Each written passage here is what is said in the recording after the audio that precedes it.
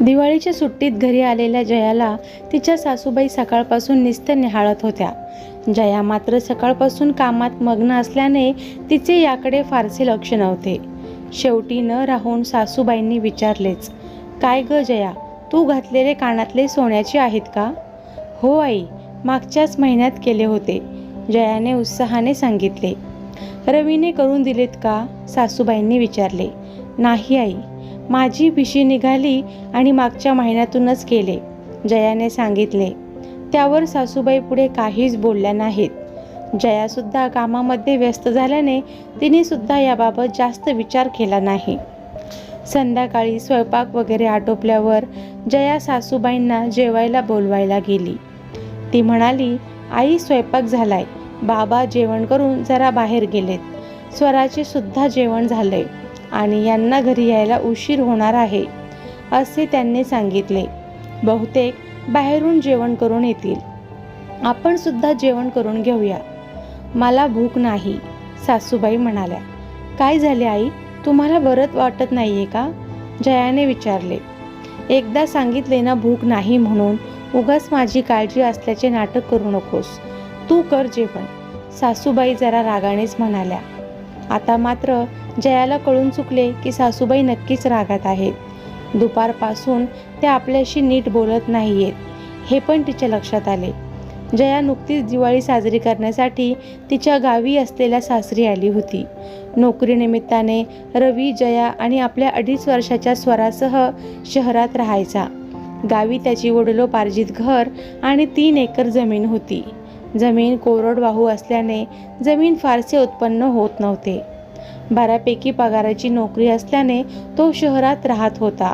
गाव आणि शहरात फारसे अंतर नसल्याने कधी रवी त्याच्या बायको मुलीसह गावी यायचा, तर कधी त्याचे आई बाबा शहरात राहून जायचे. त्याच्या आई बाबांना मात्र शहरात करमत नसे, म्हणून ते जास्तीत जास्त गावीच राहत. रवी आणि जयासुद्धा प्रत्येक सणाला गावी जात. जया आणि तिच्या सासूबाईंनी एकमेकींसोबत जास्त वेळ घालवला नव्हता. त्यामुळे दोघींमध्येही म्हणावे तसे नात्याचे बंध तयार झाले नव्हते. त्यातून सासूबाईंना वाटायचे जया त्यांच्या मुलाचे पैसे चांगलेच उडत असे, शहरात राहून मज्जा करत असेल, पण प्रत्यक्षात असे काहीच नव्हते. रवी बऱ्यापैकी पगार होता, पण त्याने नोकरी लागताच गावातील घर बांधायचे म्हणून ऑफिसमधून कर्ज घेतले होते आणि त्याचे हप्तेच दर महिन्याला फेडायचा. दर महिन्याला खर्चाचा मोजकेच पैसे उरल्याने जयासुद्धा काटकसरीने संसार करायची. हळूहळू पगारसुद्धा थोडाफार वाढत होता आणि कर्जसुद्धा कमी होत होतं. पुढच्या 2 वर्षात गावातील घरासाठी घेतलेले लोन संपणार होते. मागच्या 3 वर्षात जयाने स्वतःसाठी म्हणून कधीच काही घेतले नव्हते. या मागच्या वर्षी कॉलनीतील बायकांनी भिशी टाकली, तेव्हा मात्र बायकांच्या आग्रहाखातर तिने सुद्धा दर महिन्याला 1000 रुपये भिशीत जमा केले होते. नेमकी दिवाळीच्या आधी तिची भिशी निघाली आणि मोठ्या हौसेने तिने हे 4 ग्रॅमचे कानातले केले होते. पण जयाला अजून कल्पना नव्हती की सासूबाई या कानातल्यामुळेच नाराज आहेत. काय झालं असेल हे नेमकं तिला कळत नव्हतं. सासूबाई जेवल्या नाही तर तिला तरी जेवण कसे जाणार होते, म्हणून ती पण न जेवता रवीची वाट पाहू लागली. थोड्याच वेळात रवी घरी आला. तेव्हा तिने त्याला सांगितले की सासूबाई आज जेवल्या नाहीत. रवी तसाच आईच्या खोलीत गेला आणि त्याने आईला विचारले, "काय झाले आई? जया सांगत होती की तू अजून जेवली नाहीस. काही झाले का? अजून काय व्हायचे बाकी आहे? आयुष्यात हा सुद्धा दिवस पाहावा लागेल हे ठाऊक नव्हते मला." सासूबाई म्हणाल्या, "हा दिवस म्हणजे काय? आई, माझे काही चुकले का?" रवीने विचारले. "चुकले का म्हणजे? अरे, तुला जन्म दिला, मोठ्या कष्टाने लहानचा मोठा केला आणि तुला आईची अजिबात जाणीव नाही.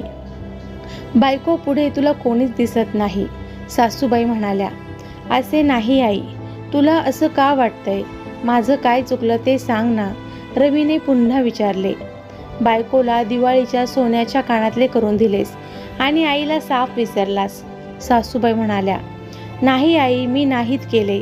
ते तर तिची भिशी निघाली म्हणून तिने केलेत," रवी म्हणाला. "अरे, पण भिशीसाठी पैसे तर तूच दिले असतील ना, म्हणजे तूच केलेस," सासूबाई म्हणाल्या.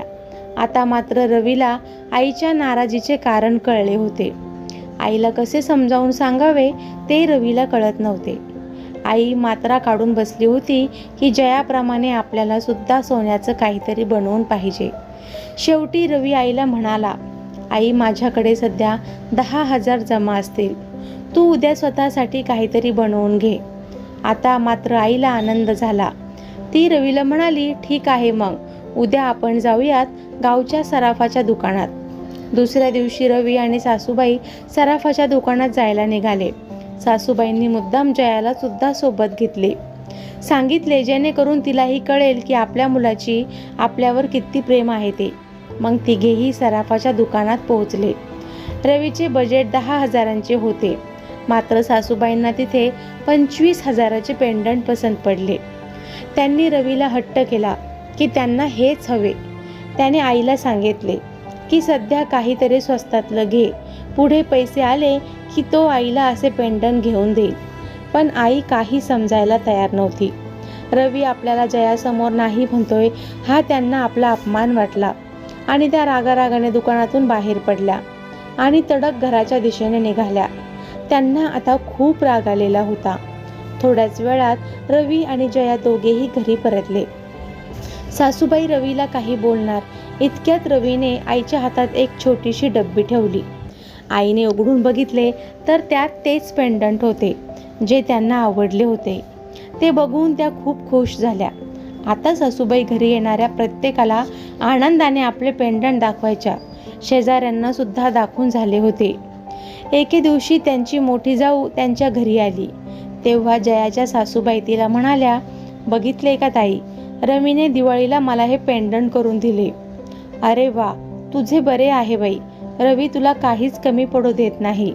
त्यांच्या जाऊबाई म्हणाल्या, हो ना, बायकोला स्वस्तातले कानातले करून दिलेत, पण मला हे महागातले पेंडंट करून दिलं. सासूबाई म्हणाल्या, छानच की, जयाला काय घेऊन दिले रवीने? काय ग जया, दाखवणार नाही आहेस का? जाऊबाई जयाला म्हणाल्या, तसं नाही काकू, ते मी काढून ठेवून दिले आहेत ना म्हणून. जया काकूंना टाळत म्हणाली, जाऊ दे बाई, नसेल दाखवायचे तर राहू दे. काकू उपहासाने म्हणाल्या. यावर काहीच जया बोलली नाही. पण जयाच्या सासूबाईच्या मात्र हे लक्षात आले की मागच्या 2 दिवसापासून जयाने तिचे कानातले घातलेच नाही.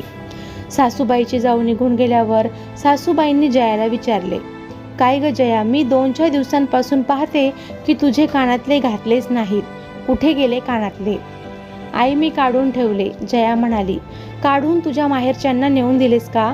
माझ्या मुलाच्या कष्टाची कमाई अशी तुझ्या माहेरी नेऊन दिलेली मला चालणार नाही. आत्ताच्या आत्ता दाखव कानातले कुठे आहे ते.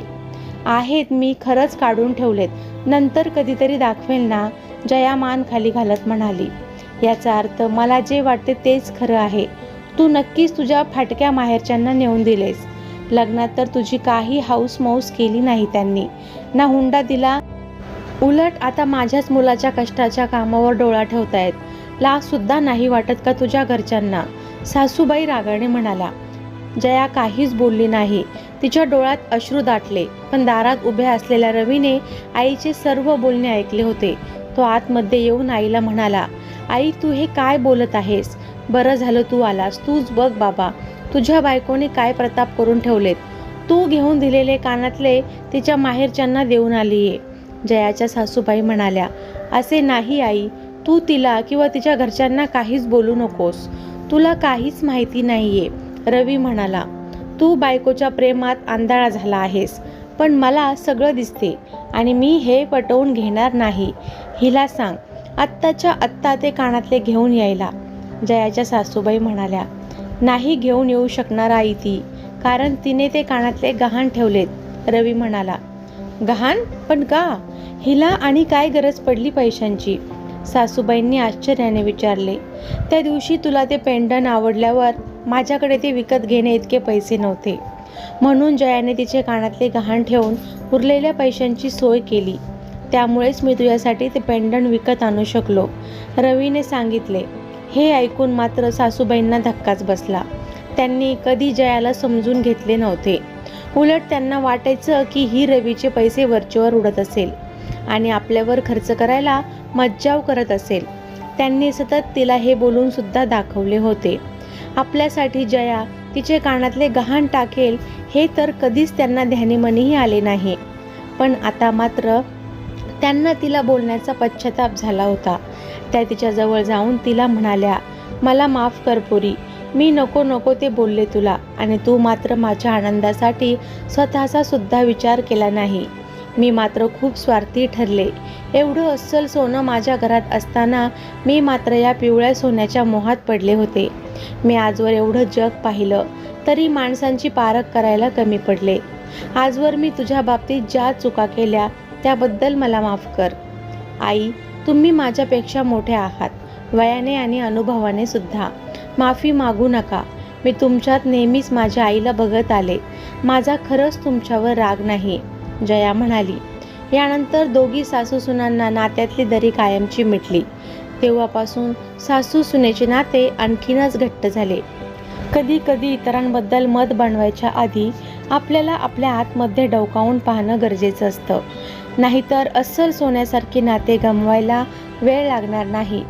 तर मैत्रिणींनो, तुम्हाला ही स्टोरी कशी वाटली कमेंट करून नक्की सांगा. आणि आवडली असेल तर व्हिडिओला लाईक करा आणि चॅनलला सबस्क्राईब करा. धन्यवाद.